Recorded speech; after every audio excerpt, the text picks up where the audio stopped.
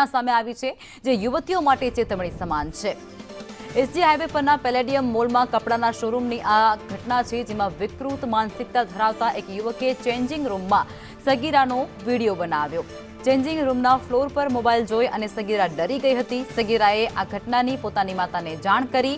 જાણ કરતાની સાથે જ આ સમગ્ર મામલો સામે આવ્યો।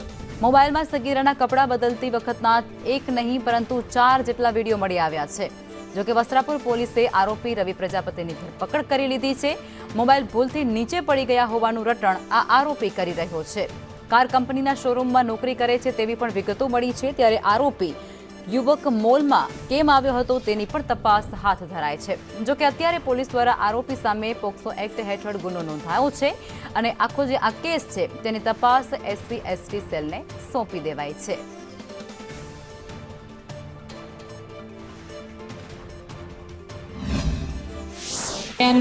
ચેન્જિંગ રૂમ તો મેલ ફિમેલના અલગ છે, પણ ઇન્ટરનલી એમનો અવાજ જઈ શકે એ ટાઈપનું કનેક્ટિવિટી હોય છે। તો એમાં બાજુના જે ચેન્જિંગ રૂમની અંદર આરોપી જે છે એ હાજર હતો। તો એણે બાજુના ચેન્જિંગ રૂમની અંદર અવાજ સાંભળ્યો અને એનો ફોન એણે નીચેથી જે થોડી જગ્યા હોય છે એમાંથી ફોન મૂકી અને ભોગ બનનારના વિડીયો લીધેલા હોય એ પ્રકારની ફરિયાદ રજીસ્ટર્ડ થયેલી છે। પણ આગળ તપાસ હાથ ધરવામાં આવી છે કે આ કયા કારણોસર આવી રીતે વિડીયો ઉતારવામાં આવ્યા, અને એની અંદર અમને 4 વિડીયો મળ્યા છે કે જે વિડીયોમાં દીકરીના ચેન્જિંગ રૂમના વિડીયો હોઈ શકે। મોલમાં ખરીદી કરતા પહેલા મહિલાઓ અને યુવતીઓએ સતર્ક રહેવાની જરૂર છે, કારણ કે ખૂબ ચોંકાવનારો બનાવ છે તે સામે આવ્યો છે પેલેડિયમ મોલના મેક્સ શોરૂમમાંથી। આ જે આપ દ્રશ્યો જોઈ રહ્યા છો તે પેલેડિયમ મોલના અંદર આવેલા મેક્સ શોરૂમના ટ્રાયલ રૂમના છે। ખાસ કરીને મહિલાઓના ટ્રાયલ રૂમ આ છે અને ત્યાં એક 14 વર્ષની સગીરા જ્યારે કપડાં ચેન્જ કરતી હતી ત્યારે બાજુના કમ્પાર્ટમેન્ટમાં કે જ્યાં પુરુષોનો ચેન્જિંગ રૂમ છે ત્યાંથી એક યુવકે દરવાજાના નીચેના ભાગે જે જગ્યા રહેલી હતી ત્યાંથી તેનો વિડીયો ઉતાર્યો અને જ્યારે સગીરાને તે વાત ધ્યાને આવી ત્યારબાદ તેને પોતાની માતા પિતાને હકીકત જણાવી હતી અને યુવકનો મોબાઈલ તેને ઝૂંટવી લીધો હતો। તે બાદ રવિ પ્રજાપતિ નામના યુવક વિરુદ્ધ ગુનો દાખલ કરવામાં આવ્યો।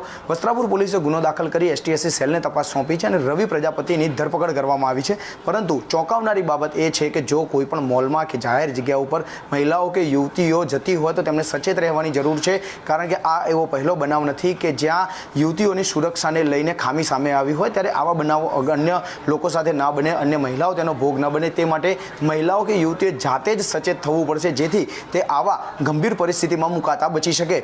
કેમેરામેન મેહુલ પટેલ સાથે જિગ્નેશ પટેલ, સંદેશ ન્યૂઝ, અમદાવાદ। તો ટ્રાયલ લેડીઝ મતલબ એક તો પહેલાં તો લેડીઝ ટ્રાયલ કરે તો આપણે ટ્રાયલમાં તો પહેલાં લેડીઝ આપણે ટ્રાયલ રૂમમાં જતા હોઈએ તો બારે તો એક લેડીઝ ગાર્ડ હોય જ છે, મતલબ કે એમને આપણા કપડાં બી ચેક કરતા હોય છે, આપણે કયા કપડાં લઈ જઈએ છીએ, કયા કપડાં નહીં લઈ જતા।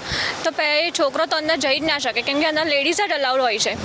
તો એ લેડીઝ અંદર તો એ છોકરો અંદર ગયો કઈ રીતે, મતલબ એ જે હોય ત્યાં મોલમાં જે બી સિક્યોરિટી ગાર્ડ હોય કે જે એમના વોચમેન હોય એમને ધ્યાન રાખવું જોઈએ કે આવી રીતે કોઈ બી છોકરો ના જઈ શકે, એમની બી ભૂલ ગણાય। અને છોકરો એ બી મતલબ એની બી ભૂલ છે કે આ રીતે કોઈ છોકરીને આવી રીતે વિડીયો ઉતારો, એને બ્લેકમેલ કરવી। તે મોલમાં જે ઘટના બની મેં સાંભળી, અમદાવાદના જે આવા ફેમસ મોલમાં સુરક્ષા, કેમેરા, સેફટી બધું હોવા છતાં પણ જો મહિલા સાથે આવું થઈ શકે તો પછી સિક્યુરિટી શું કામની? એ છોકરી હતી, એ 14-15 વર્ષની હતી, એ કપડાં ચેન્જિંગ કરવા ગઈ ને એમાં એક બાળક મતલબ એક છોકરા આવી રીતે વિડીયો ઉતાર્યો તો પછી આવી રીતે સેફટી હોવા છતાં પણ જો ત્યાંના કોઈ વોચમેન છે, ત્યાંનો કોઈ મેનેજર છે એ ધ્યાન ન રાખી શકે તો કોઈ પણ છોકરી હવે વિશ્વાસ કેવી કરી શકશે? આટલું આ ઘટના જ ખરેખર બહુ અવિશ્વસનીય ઘટના છે કે આટલો મોટો મોલ, આટલો મોટો સ્ટોર જ્યાં આપણે બાળકોને લઈને કપડાં લેવા જતા હોઈએ અને ત્યાં આગળ આટલી સિક્યુરિટી હોય, આટલા કેમેરાની અંદર કામ થતું હોય, ત્યાં આવો વિડીયો બની જાય, એ વિડીયો એમાં બી પાછા 4 વિડીયો એ ઉતારતો હોય વ્યક્તિ, ત્યાં સુધીના સિક્યુરિટીને કોઈ ધ્યાન જાય કે ના કોઈ ત્યાંના દેખરેખના મેનેજરને કોઈ ધ્યાન જાય, આ ખરેખર એક ખૂબ જ ખરાબ વાત છે।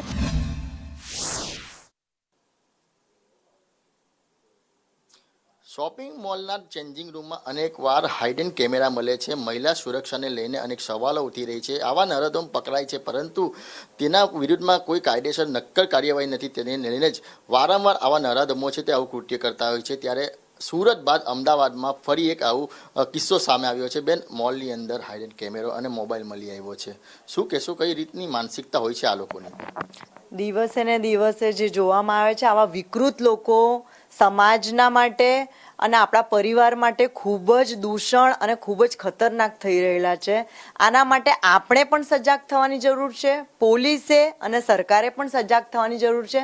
સૌથી પહેલાં તો આવા વિકૃત લોકો જ્યાંથી આવે છે એને માટે કડકથી કડક કાયદાની જોગવાઈ કરવામાં આવે તો એવી મારી સરકારને અપીલ છે. બિકોઝ ઓફ આવા કેસોની અંદર ટેબલ જામીન મળી જાય છે અથવા કોર્ટમાંથી જામીન મળી જાય છે અને વધુમાં વધુ એને પાસા કરીને છોડી દેવામાં આવે છે. પરંતુ જો આવા 2-4 કેસોમાં એ લોકોને કડક કાર્યવાહી કરવામાં આવે તો આ દાખલારૂપ થઈ શકે છે. અને આવા વિકૃતિ કરવાનું મૂળ કારણ સુધી સરકારે અને પોલીસે કે આપણે પણ જવાની જરૂર છે કે આજકાલ એકદમ સામાન્ય રીતે મોબાઈલની અંદર બ્લુ પિક્ચર છે, એડલ્ટ ફિલ્મો છે, નેટફ્લિક્સ, આ બધી સોશિયલ સાઇટો ઉપર એટલું બધું જાહેર મળી આવે છે આવું, જેના કારણે માણસો પણ એવી તરફ જવા માટે ધકેલા રહેલા છે. તો આપણે આ બધી સાઇટ્સ જે પોર્ન સાઇટ છે એ બધી બંધ થવી જોઈએ. કાયદાનું કામ એકદમ કડક થઈ જવું જોઈએ, મારી અપીલ છે. आप क्या कहोगे जिस तरह से आप मॉल में जाते हो, चेंजिंग रूम में इस तरह की घटना बार बार बनती है, कितनी सतर्क रहना चाहिए महिलाओं को?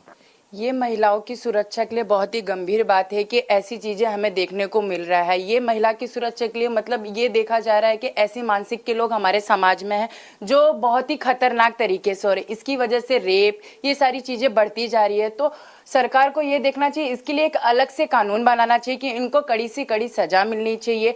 जो ऐसे टेबल जामीन मिल जा रहा है जिनकी वजह से इनको और प्रोत्साहन मिल रहा है, उनके लिए एक अलग से कानून बनाए और महिला सुरक्षा को ज़्यादा से ज़्यादा ध्यान दे और कड़ी से कड़ी सजा की જોગવાઈ કરે. અન્ય લોકો છે તેમની સાથે વાત કરીશું. બેન, શું કહેશો તમે?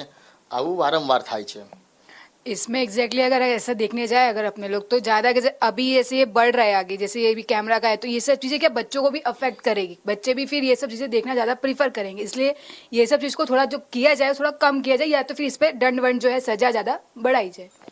આપ બતાવીએ, તમે બતાવો શું કહેશો તમે? આવી ઘટના વારંવાર ઘટતી રહી છે, પોલીસ દ્વારા કઈ રીતના દાખલારૂપ એક કાર્યવાહી કરવી જોઈએ? પોલીસે આના રિલેટેડ એકદમ કડક કાયદા બનાવવા જોઈએ. સરકારે પણ આના રિલેટેડ ધ્યાન આપવું જોઈએ અને કોર્ટમાંથી પણ એ રીતનો કાયદો બનાવવો જોઈએ સરકારે કે કોઈ પણ નેક્સ્ટ ટાઈમ આવી રીતે કરે નહીં, અને કરે તો એ લોકોને જામીન પણ નહીં મળે કે એ લોકોને વધારે સજા મળે, કાં તો આજીવન કેદની સજા પણ મળી શકે. તમે બતાવો બેન, કઈ રીતના જોઈ રહ્યા છો? આવા કિસ્સાઓ વારંવાર આવી રહ્યા છે. આવા કિસ્સા વારંવાર આવે છે તો એના માટે સરકારે ધ્યાન આપવું જોઈએ કે આવું શાના કારણે બને છે, કેમ બને છે.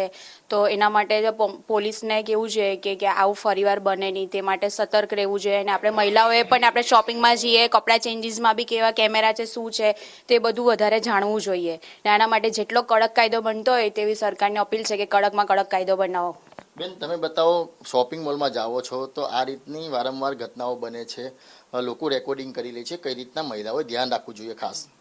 મહિલાઓને તો પહેલાં એક જ અપીલ કરવાની કે આપણે કોઈ પણ જગ્યાએ જઈએ, ઇવન રેસ્ટોરન્ટમાં જઈએ છીએ, મોલમાં જઈએ છીએ, તો આપણે કપડાં ચેન્જીસ કરવા માટે જઈએ તો પહેલાં તો આપણે જાગૃત થવાની જરૂર છે. લોકો કરવા માટે તો બધું જ કરવાના છે, પણ જાગૃત આપણે થવાની જરૂર છે કે આપણે કશે હોટલમાં પણ જઈએ છીએ તો પણ ત્યાં પણ હિડન કેમેરા લાગેલા હોય છે જે આપણને ખબર નથી હોતી.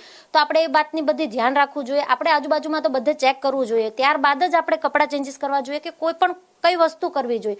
હવે બીજો પ્રશ્ન છે કે આ બધી જે વસ્તુ થઈ રહી છે તો એમાં મુખ્ય મુદ્દો એવો હોય છે કે સરકાર જે આ બાબતે કોઈ કાયદાકીય પગલાં લે છે પણ લોકો એને અનુસરતા નથી.